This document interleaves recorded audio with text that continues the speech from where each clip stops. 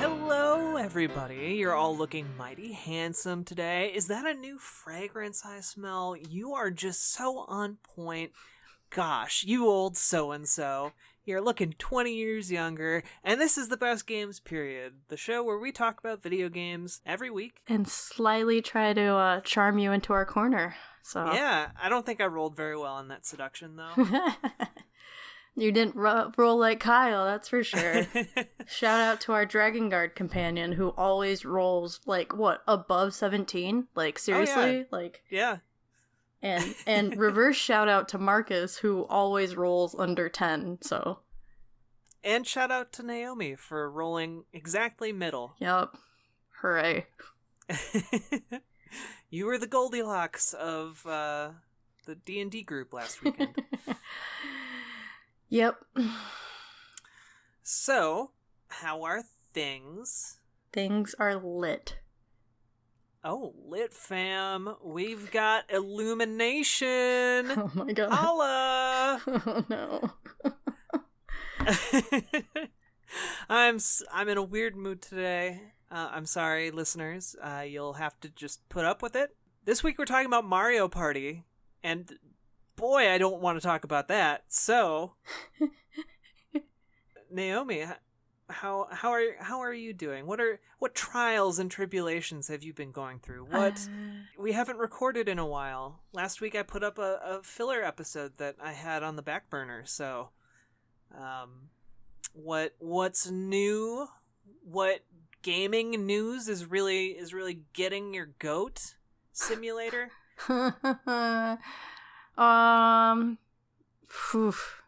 We got Sonic movie stuff. Oh yeah, we did. Buff Sonic. So the Thoughts? internet is on fire because we're all scared of what could happen there. Which is not without warrant, because don't ever look up Rule 39 Sonic if you want to keep your innocence. I don't know what Rule 39 is. It Rule 30? Oh my god, it's it might a be certain Rule number. 34. Rule 34, yes.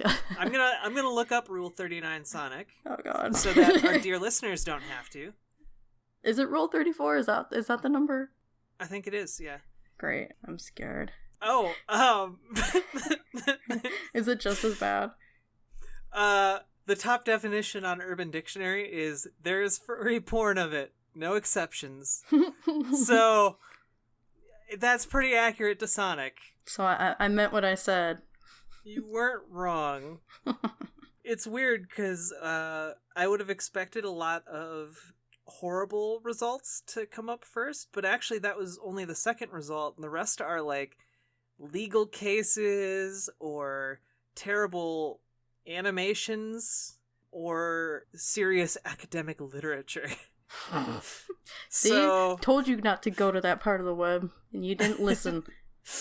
How could you? Curse my eyes. So, but yeah, what are your thoughts on new Sonic? I mean, as a child of the 90s, of course, I played Sonic, but I've never had, like, a particular attachment. So my horse is kind of out of this race. Obviously, it's out of the race. A horse isn't faster than Sonic. Like, I'm not as invested as Pokemon, Detective Pikachu. So why do you suppose that is? Sonic's basically a Pokemon. But he talks, I guess. I only like stuff that Meowth. says its name. Meowth has a whole backstory, though. So what about Mewtwo? And he has a backstory as well. But like Pokemon have backstories. Yeah, but I don't know my logic here. Like Sonic just tried too hard to be cool, I guess. I don't need him to be cool. I just want him to be adorable and fuzzy. So is he supposed to be cool though? Yes, it was the 90s. Well, yeah, like in the 90s he was cool, but like now is he cool? Like was this the reboot that was supposed to make him cool? I don't know, because they didn't give us much, right? They just gave us what was that stupid term, like a a video trailer or like video a motion poster. Yeah, that was freaking stupid, by the way. Motion poster. Was that a thing before this? I think so. Oh, okay. But well, I wasn't dumb. I didn't mind it, but it wasn't like, just give us a still picture, please. Right? Like you guys are making this sound a lot more groundbreaking than it is, I guess. I don't know. I'm okay with if it's a Naomi. dumpster fire. It should have been sound breaking. Mercy. No. So yeah, like I'm okay if this is bad, and I'm okay if it's good. Like I'm okay either way. Either way, are you gonna go see it? Maybe. Probably not though. I don't go to movies very often. That's fair. I tweeted something, and it kind of sums up my opinions pretty well, and it was something along the lines of, Sonic the Hedgehog looks like, or at least that poster looks like the cover of an upcoming Chuck Tingle book, and I don't know if anyone out there is familiar with Chuck Tingle. Just listen to the name and you'll know immediately what he does. He writes really weird, kind of, I guess, smutty literature, but it's so weird that at one point it was nominated for, like, a science fiction award. I don't know if it won the award, but it's weird stuff. Like a legit prestigious science fiction writing award. So... But anyway, he has a unique sense of humor, we'll say, and it, like, the cover of that Sonic poster just looks like something he would write a weird smut story about, and that entertains me. But also, that design is objectively horrifying. His legs are so long. So beefy. Okay, the thing that freaked me out, though, are the hands. Because Sonic the Hedgehog always wears gloves. Or has some kind of, like, hand covering. And, like, the covering usually makes his hands look, big and cartoony. Because Sonic is intended as a cartoon character. And the imagining of him without the gloves on, with human-sized hands, and that gigantic cranium he's pulling around is just disturbing. Especially when you consider what they've done to the eyes, which we haven't seen yet. But word on the street is that Sega's not happy with the eyes, and they went for a more realistic approach. Which we don't need, guys. We don't need realistic freaking Pokemon, and we don't need realistic Sonic. God! I can't understand why they didn't decide to go with, like... I don't know, whenever something like this comes up, I just think back to Who Framed Roger Rabbit. Yeah. That would have been a much better art style to go with. Right? Like, it looked great. It would still be great. Yeah. And there were, like, there were definitely seedy things still happening in that movie, Like, we can still be bizarre. Like, it doesn't have to be all wholesome. Like, you can still get the same effect. Like, yeah.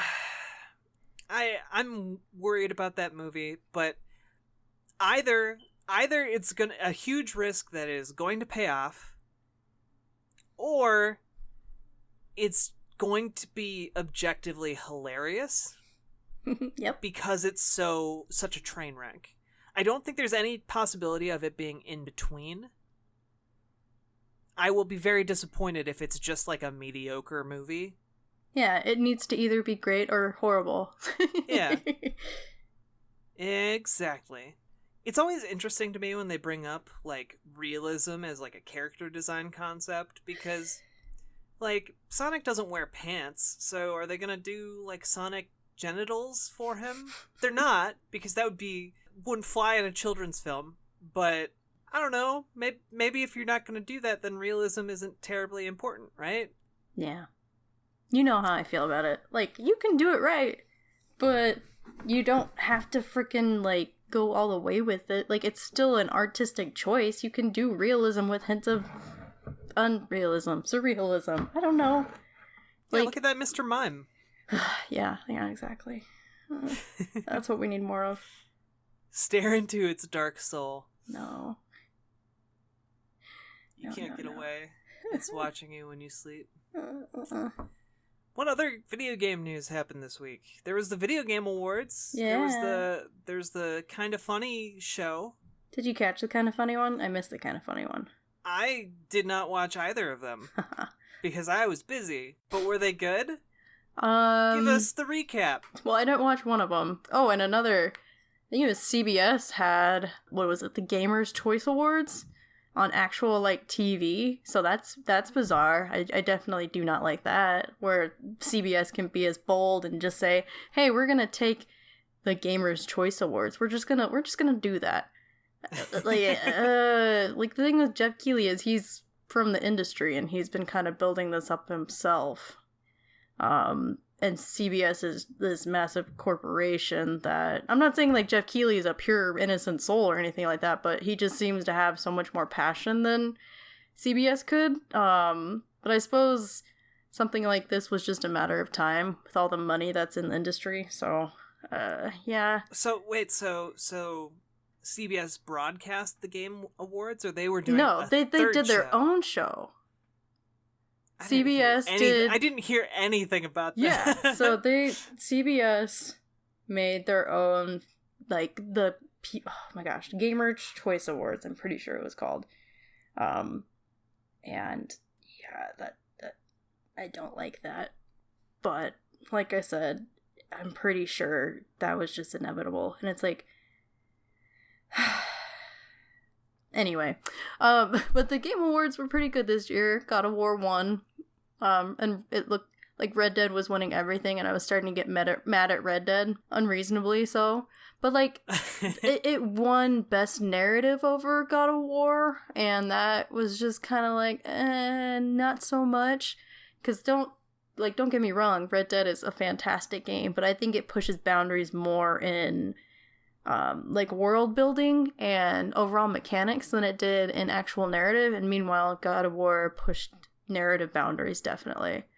Like, they're both kind of standard stories, but God of War just had a much better time, like, actually structuring that story, if that makes sense. No, that 100% makes sense, yeah. Because, I mean, compare the challenges of the two, like, stretching out a linear narrative over 100 hours versus, you know... Yeah, Red Dead just has a completely different structure. Like, God of War was meant to be a story that you play through. And, you know, Red Dead is, like, cowboy role-playing. I mean, you can do whatever you want. I caught ponies and sold them after training them, so... I mean, like, I feel like Red Dead is more... And granted, I haven't played it, so if I'm too far afield, you rein me back in. Rain. But it's more like a serial cowboy adventure of the week sort of thing, kind of like a TV show with like an overarching plot thread rather than like a cohesive linear narrative. Yeah, more like, I guess, AMC style, I guess. I mean, it can't be structured like a traditional game narrative because it's open world and like the player has the ability to just go wherever and do whatever. Yeah, the player dictates the pacing, and the pacing is a huge part of storytelling. Yeah. I mean, overall, the show was pretty solid. The pacing, I mean, albeit it was still, like 4 hours long, they still did better than in the past, where there were, like, awkward silences and, you know, just weird stuff happening. So it was solid on that front. But yeah, and there was a trailer drop for Mortal Kombat 11 that is just sexy as hell. I recommend watching it. There's a great track in the background. It works perfectly because I mean it's like absolute carnage, and it looks gorgeous too, like 4K brutality. And then just like this really chill beat in the background. So that was really cool too. All right, so that was kind of the standout reveal. I know there were a bunch. Yeah, I mean, at least for me. I mean, there was a new Dragon Age trailer, and I know everyone was freaking out about that since everyone's been waiting for a new Dragon Age game forever. Are you a big Dragon Age person? I mean, I wouldn't say I'm big. I mean, I definitely liked it, but yeah, I mean, not compared to some people. Like are you a fan of the franchise overall, or just the latest one? I guess the franchise overall, because I played the first one and I played the last one. Okay, so you skipped 2. Yeah, I mean, but I didn't skip it for any reason, but yeah. So yeah. Okay. Yeah. Cool. Yeah, I'm pretty excited to see where the overarching story of Dragon Age goes. I would really like to see, I guess, the story of the little people, if that makes sense, in the Dragon Age universe.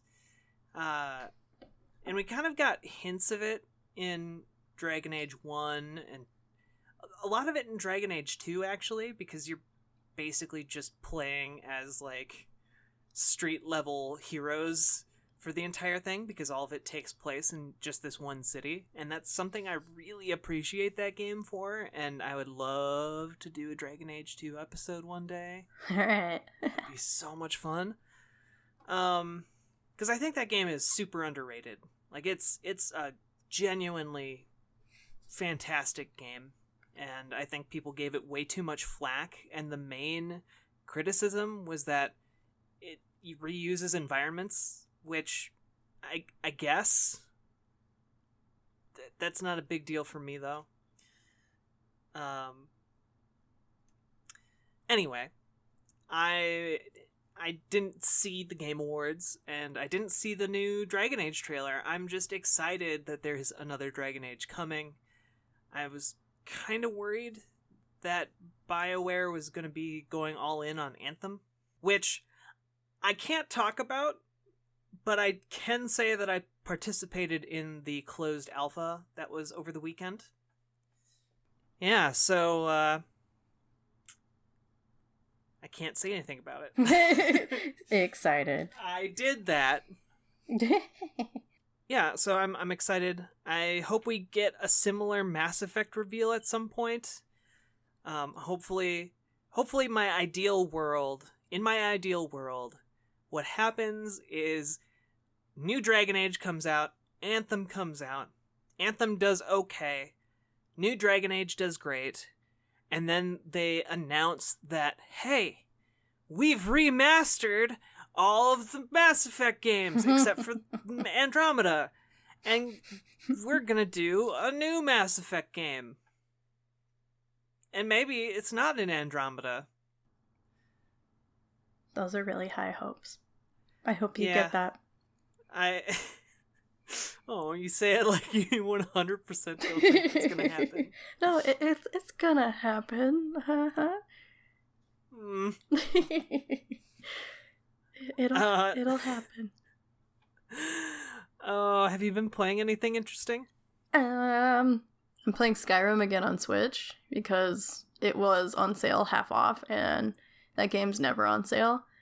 And I've been wanting to play Skyrim again, always. So that distracted me for a bit from Pokemon, but I beat Pokemon Let's Go, and I'm just working on catching Eevee and then Articuno, and then my Pokedex will be filled, and then I'm gonna do some shiny hunting. But then of course, playing Smash. Heck yeah, who's your main? Oh, Sheik, definitely. Nice, okay. Yeah. I haven't been doing really well at unlocking characters, so I don't have Sheik yet. But I have discovered that I really dig Bowser. Yeah, Bowser's actually, like, really... I mean, obviously he's kind of tanky, but he's, like I don't know, his attacks are just satisfying. Yeah, and he's a beefy boy. Mm-hmm. But he's a lot nimbler than he used to be in older Smash games, and I think like he's still slow and slower than most of the other characters, but he's way more balanced than he's ever been, and I just find him a lot of fun to play. Yeah. Yeah, same. I've been playing a lot of Smash, and I think I beat Assassin's Creed Odyssey. I don't know if I did. I concluded, like, the main family story, I guess. It was very abrupt. I was confused that it was happening, and I didn't understand why. There's like a final showdown with your sibling in Assassin's Creed Odyssey, and it just ended with like I was like, oh, it's done now. Okay. I didn't see the credits roll though, so I'm not sure if I'm actually done yet. Narrative game of the year. You don't even know it's ending. Am I still in the narrative of Assassin's Creed? I mean, it's Assassin's Creed, so you could be. Whoa! All computers are made by Abstergo. Am I secretly a Templar? Yes. Well, I suppose we should talk about Mario Party. Hold on, let me get to the tweet. Our couch co-op multiplayer fun party games month. Aha! And thank you to Emily on Twitter, because I would have never, ever, ever, ever remembered that unless you tweeted it out. So yeah, double thank you to Emily for being one of our patrons. Patrons? Yes, all of the above. Thing. Well, donate $1 per month to us on patreon.com and you get access to a bunch of really cool stuff. Anyway, yeah, Mario Party is a game. 'Tis. Apparently it's a game that does pretty well, because there have been over 10 Mario parties. At some point you have to sit back and say, Mario, are you having too many parties? Do you really? Do we really have to? I mean, so it's 11 Mario parties on console, but then there's also the handheld Mario parties. So you got a Mario Party Advance, you got Mario Party DS, Mario Party Island Tour, Mario Party Star Rush, Mario Party The Top 100. That's a lot of Mario partying. I think they might have a problem. Yeah, I didn't know that there were 10 of them until I did research for this show. There's also Mario Party E, which at that point, you've gone too far. Mario Party E? The hell is that? Mario Party -E. So Mario Party E. That just makes me mad. But not like a really game. Mad, but oh, okay. Why is there an extra E in there if it's not even like a digital game? Because it was for the Nintendo e-card reader. The e-reader, which it was like a thing made for the Game Boy Advance. Like you would plug it into the back and then it could scan cards like a credit card swiper. And at some point you have to ask yourself, has science gone too far? Yes. That's how Terminator happens. That right there. Too many Game Boy Advances. The connection between cards and technology. It's way too far. Yeah, it was only Mario Party game released for the Nintendo e-reader, strangely, despite the massive success of the Nintendo e-reader. Basically, I think what Mario Party E was actually kind of neat. I hesitate to say that, but basically you got like this playmat. So you got like a game board, right, that you could unroll. Mm-hmm. And then there was like an instruction book with the rules, and then it came with a deck of 64 cards. And so I think the basic premise of the game was that, and I cannot confirm this because I don't know. I don't really know much about the Nintendo Mario Party. You know that it exists, so that's enough. But basically, it was like a augmented reality board game. And so, like, you would move around the playmat, and then you would draw a card for, like, the party game, and everyone would scan the card, and you'd play the mini game. Or something. I don't know, but that basic idea doesn't sound bad. No, it sounds actually kind of awesome. But sounds fine. But maybe just ahead of its time. Yeah, the Nintendo e-reader was just too far ahead of its time. It wasn't appreciated. Advanced. Back in 2003. Thoughts on Mario Party? It was a game that... It was one of those... I was really hoping you were also just going to stop on it was a game It was and a just let it game. hang. It was one of those games that you went over to a friend's house to play. It was definitely one of those games. At least back in the day. I never had my own copy, but that was just always what we would play because, I mean, that's what it was designed for, right? It was the game that you would get out when you wanted to play mini games against your friends and prove your, boss level, I guess. Does it prove anything to win a game of Mario Party? Oh yeah, definitely. Are you only saying that because you have won games of Mario Party and you want to continue lording your superiority over your friends? No, I'm not great at it. Gosh. Well, as you may or may not know, there was a new Mario Party this year. What? Yeah, I know. Super Mario Party. It was a Mario Party, but super. Man, we are on fire today. It was still Mario Party, though. So I feel like maybe we just need to go all the way back to Mario Party 1. That's what I was hoping for. Okay. Because, I mean, to be honest, I think the reason we've been talking about other Mario Party games, or I've been bringing them up, is in the hopes that by bringing them up now, we never have to talk about them again. Are you not a fan of Mario Party? I mean, it's fine. It's a game that... Okay, here's what I'll say about Mario Party. My general opinion. And maybe you can change my mind over the course of this episode. Who knows? Maybe this is going to be like a Christmas Carol, and over the course of an hour and a half, with the help of some Muppets, I'm going to have a change of heart, and I'll have a new lease on life by the morning. You're a Mario Party Scrooge. Yeah, that's the type of Scrooge. Yeah, basically.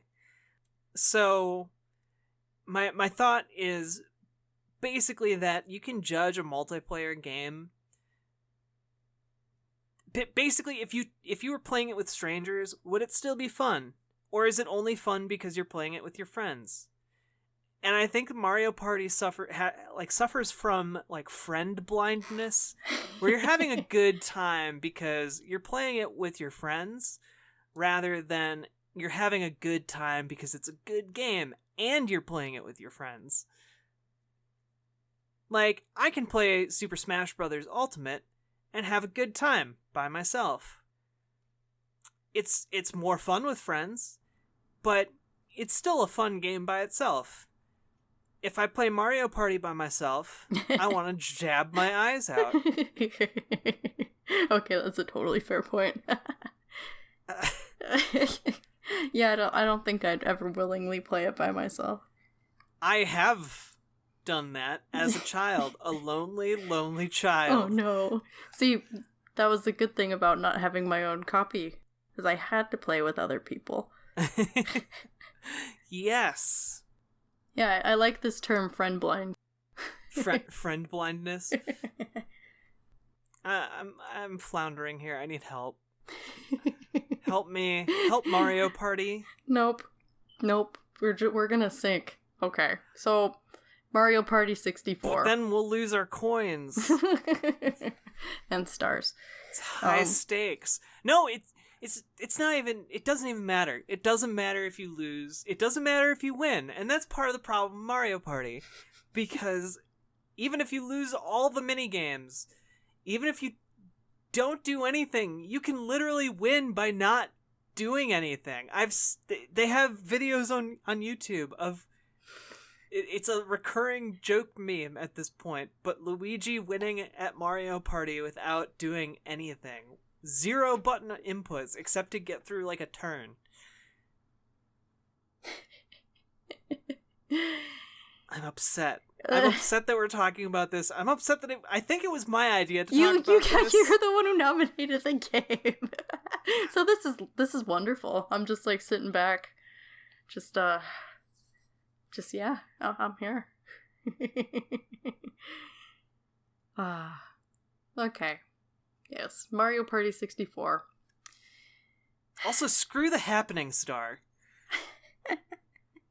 Oh, whoop-de-doo, you landed on the most green spaces. Good job. It's a game of chance. So do you hate it because you played it alone? I don't know, maybe. Or, like...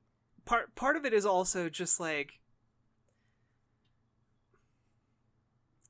you try so hard and it doesn't matter. It doesn't matter if you win every single one of those stupid mini games or like plan out your turn or like try and figure things out, because ultimately you could simplify Mario Party by just rolling a die and then jumping off a cliff or something. I don't know. I'm gonna bring in some D&D here. How would you categorize your nature on the chart? Like my nature? Yes. Chaotic, neutral, blah blah blah blah blah. Like as a person? Yes. Oh, that's a super philosophical question. I'm not prepared for it. So I guess I will answer and give you time to think. Okay. I consider myself at least, okay, obviously human beings are more complex than a D&D chart, but the way I interpret a lot of things, I would say, is chaotic good, where it doesn't bug me that I don't need to, or I can't rather plan my strategy in Mario Party, Mario Kart, or even Smash Bros. I just play, So that's why I ask, because it seems like you're more in the lawful camp when it comes to gaming in general. So I was curious. So when it comes to gaming, yes. That's a different question. Yes. Not quite as broad. I think maybe neutral good. Like I don't have a huge affinity for the rules, but like I'll follow them most of the time. I don't know. Like part of it is if it's just gonna be complete chaos. I mean, okay. Like maybe the reason I hate it so much is because it reminds me of life. Yeah. Yep. That's what I was going for. Maybe that's the point of Mario Party. It's to break you down and make you a freaking nihilist. No. It is to reflect the world, because it doesn't matter if you are very talented and you're able to excel in the workplace or sports or romance, because eventually some people are just going to have more stars than you. It's not going to matter how much money you have. And some people get those stars by trying really hard and succeeding, and other people just get those stars handed to them at the end of the game because they landed on so many green spaces. And there's no rhyme or reason to it, really, because you were just rolling chance every single turn, and bad things can happen to you all the time. At any moment, things can get flipped on their head. Yup. And it's just uncomfortably close to real life. And you're not about that life. I mean, I'd like to think that my choices matter. I think that's one of the great things about interactivity. And maybe part of the point of Mario Party is that your choices don't matter. It's chaos theory. The only Mario Party is chaos theory.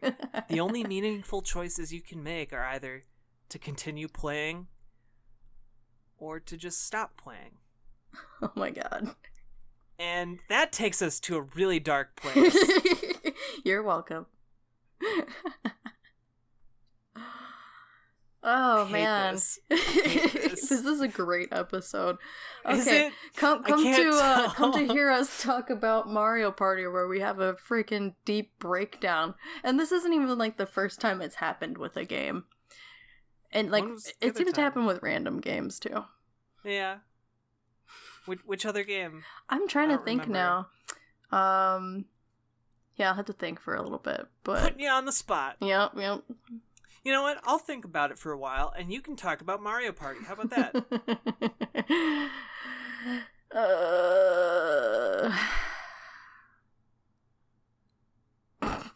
Yeah, it's not easy, is it? You nominated this game. It's a game with all your favorite Marios. Mario, Luigi, Mario,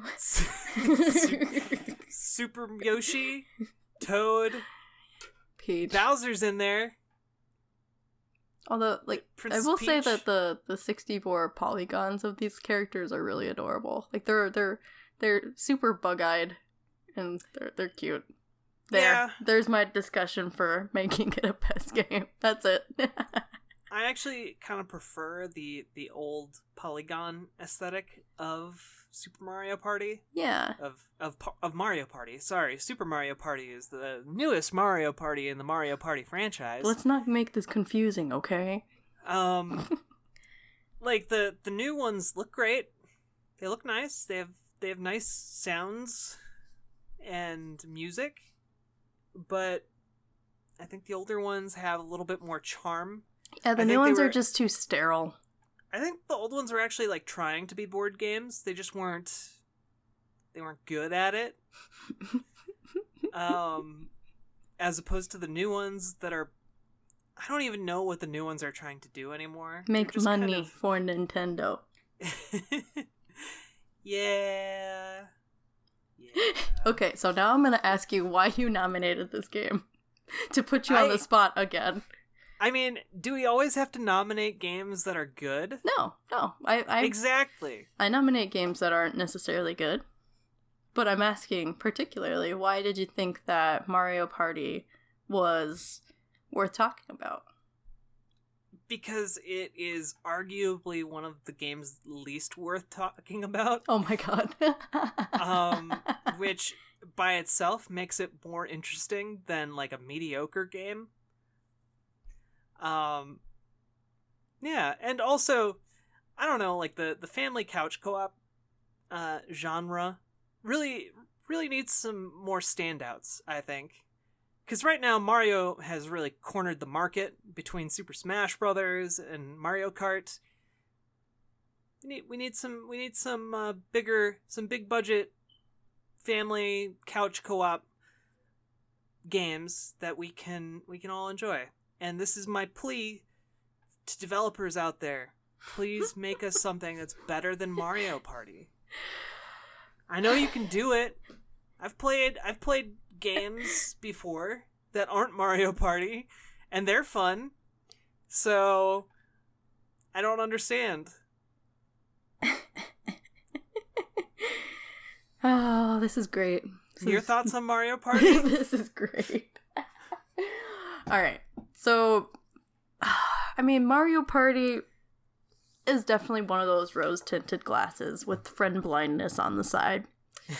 But, I mean, looking back, I mean, the simplicity and playing with friends was the fun part, and that's what made it a success, you know, is, like, it was just a platform to be able to just get really dorky with your friends, you know, or even family if they were willing to willing to hold a Nintendo 64 controller. And by the way, I don't know how many times we yanked our poor 64 off of whatever platform it was on because of this game. And yeah. I had a point and then I lost it. This is the best podcast we recorded all year. This is honestly the best thing we've ever done. So ever. I think this tops any of the times we like pulled back the curtain and we're like, hey, we're human beings and we have souls and we've messed up and you know, we're flawed and have problems, and video games help us deal with those problems. I think Mario Party adds to the problems that I experience. Okay, that's not true. That was way too harsh. That was way too harsh. I just remembered my point, and it was actually kind of flying in the face of that. Basically, I think there's like a point when you're a kid where Mario Party's fine. And I think I think it comes from not being able to see or understand the mechanics that are at work behind the game. And it just feels like a pleasant experience. And then you grow up and you start understanding the mechanics and how they screw you over. And it's less fun when you can kind of see that happening. Yeah. It's kind of like economics that way. And, I mean, I guess really what I'm getting at here is that Mario Party is a really huge analog for real life, and maybe it's just hitting uncomfortably close to home. It's hitting all of like the negative points. Apparently, it is a reflection of the economy, which we all know is just super great and wonderful, and not. I won't even start anyway. Not a soul-crushing grind of capitalistic intent. Exactly. Not that, and it's not a reflection of the chaotic nature of life, where no matter what you do, you might still fail. So. Okay, so maybe I don't hate Mario Party. Maybe what I hate is the modern economic system of capitalism and how it grinds us down and really extracts more value from our work than we actually get in wages. We need someone to make like the cover of Mario Party, but just like with like 1984 overtones on it or something for this episode. I really hope no one listens to this episode. It is such a train wreck. But I mean, maybe, and this is maybe just my dying brain grasping at anything that might help during this recording session. But maybe Mario Party is actually great, and like the reasons I hate it are not related to Mario Party itself. It's just all of these systems that I now understand as an adult and dislike intensely, but it's fine as a child when the magic is still in place. Like, yeah, you respect the Wizard of Oz when it's the Wizard of Oz, but when you find out it's just some dude behind a curtain, you probably want to punch that guy behind the curtain. And you want to punch Mario. No, yep. Like maybe this is a second layer. Like pulling back the curtain this time on the podcast has been, revealing capitalism and the exploitation of the proletariat. Oh man. Thoughts? Back to you, Naomi. Naomi's just cackling over here. I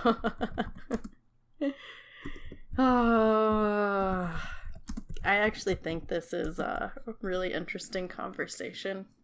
And no BS, but it really does just bring home the fact that video games affect us more than we know. So I do appreciate this, even pulling back of the curtain on us. Yeah. Comrade. Alright, how about we go to some Metacritic negative reviews? Does that sound like fun? Let's take a look. What has Metacritic also gazed into the abyss? I guess so. So these, I mean, obviously there's not going to be a ton of reviews since the game came out in 1998, 1999, something like that. So Blackbox64 in 2014 said, I would not recommend this. The RNG in the game is all biased towards one character. This game could destroy friendships and severe families. I'm sure they meant sever. For your own sakes, don't buy this game. all those severe families. Make severe families. So, I suppose it could sever families. Not as much as like Monopoly has. That's for sure. That's just because Monopoly's a bad game. Is it though? Especially, I mean, so it was made to get people angry at capitalism. It was not made to be a fun board game. I'm not making that up. They really made it with the intent to piss people off. Yeah. So, let me just bring you up to date on Monopoly. So, basically, in 1903, this lady named Lizzie Maggie patented Monopoly, and the basic point of the game was basically to screw over all the players as a way of showing you that there's in capitalism, everyone can't win. So if you're losing, it's more likely that you're going to continue to lose.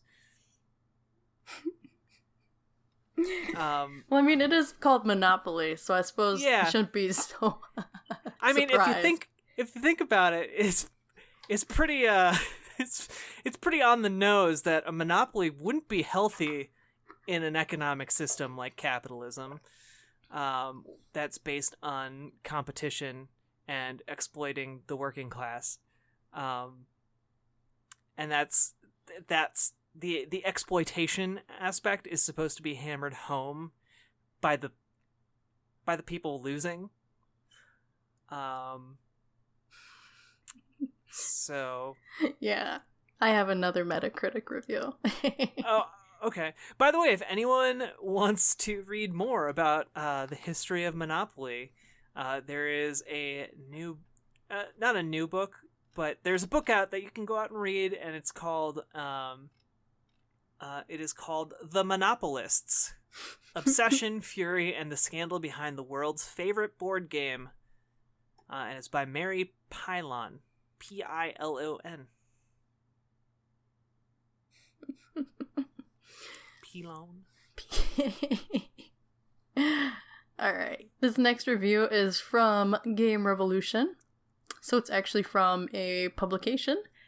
And they said, a party game with great intentions, but unsatisfying delivery. This is a tedious and often frustrating experience, and its few bright spots get squashed under the weight of Mario's fat, boring ass. This is one dead party. And I wanted to read it because they said Mario's fat, boring ass. And that's just lovely. So are we ready to deliberate? Because I have no idea if you think this is one of the best games or not. And I need to know. I want to know what you think about Monopoly. Monopoly? And also Mario Party. They both start with M. They're basically the same game. Monopoly Party. I mean, Monopoly is... Ugh, it's gross. That's my word for Monopoly. Anyway, I'll get back to Mario Party. Mario Party, I think, is definitely... It's not one of the best games, period, but it is one of the greats in our category. The fun couch co-op community fun time. Yeah, that was it. Sure. Yeah. And that is, of course, looking back with nostalgia glasses. But, I mean, that's okay, right?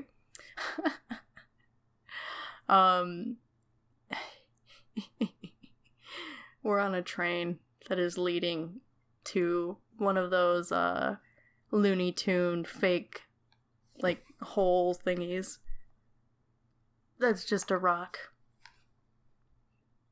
That's my thought. All right.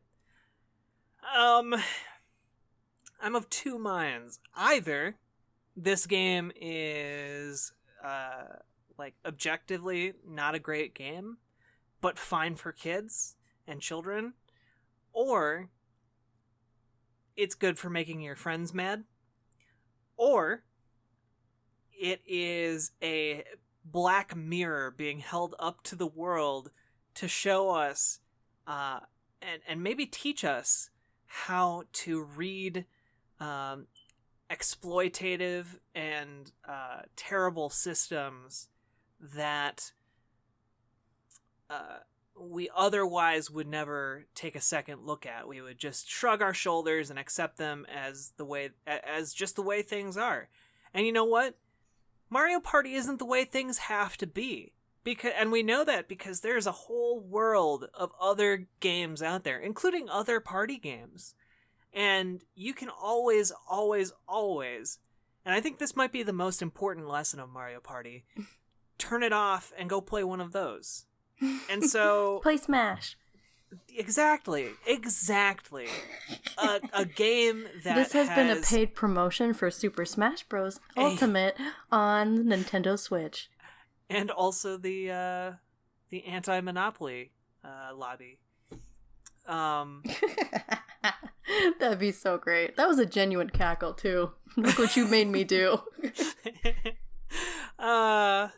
So... I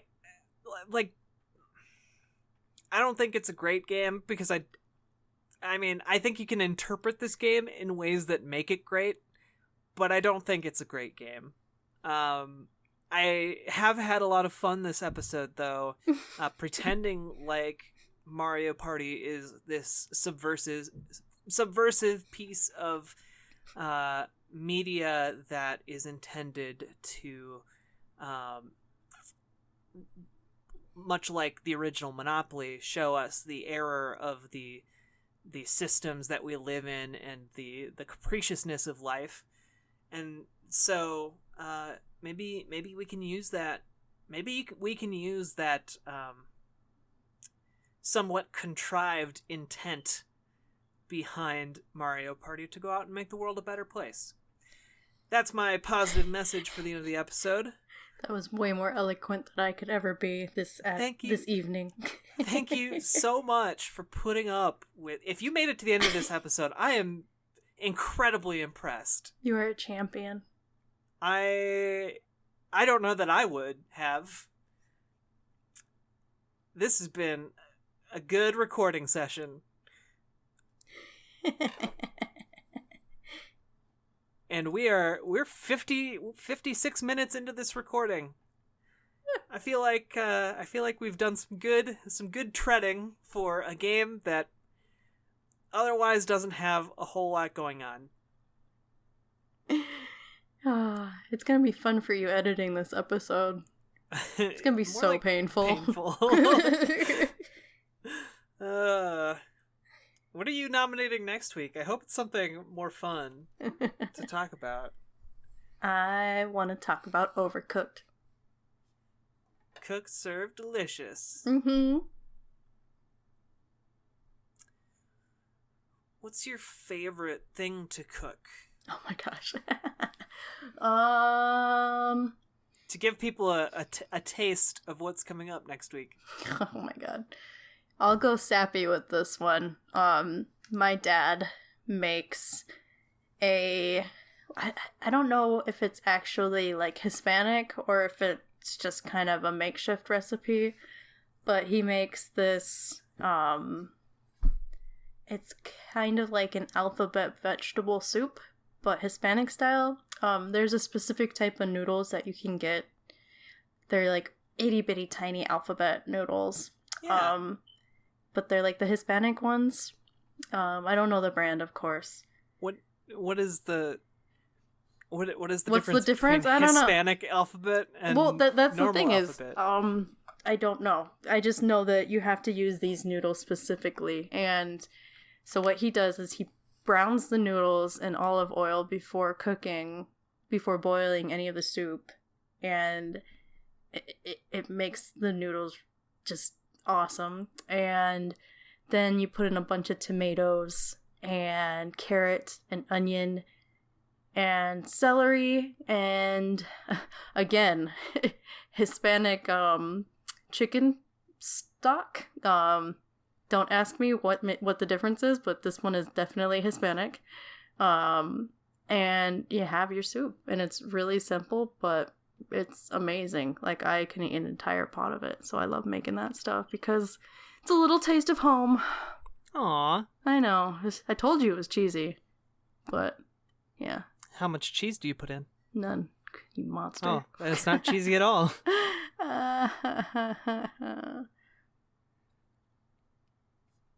Shame. None felt. We've recorded this entire episode. There's no way I can feel shame at this point. Yeah, we already did it, so. We already dug our graves and chiseled the tombstones. Yep. Well, find us on Twitter. Yeah, this has been an episode of the Best Games Period. Kinda. I would like to think we're usually better than this, but maybe I'm horribly wrong. You can find us on twitter.com/bestgamesperiod. We're also on iTunes, SoundCloud. We're on usually really any podcasting app. You can find us, The Best Games Period.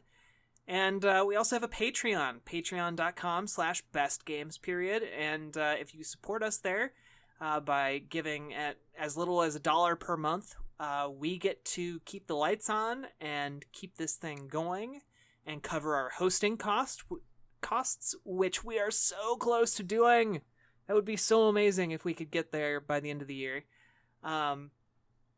So again, that's patreon.com/bestgamesperiod. And if you support us, you get access to a bunch of cool little extras, little extra episodes here and there. I'm hoping that before the end of the month, we're going to get up another episode of our Women and Games and Tropes, or Women and Tropes and Games. I think that's what it's called.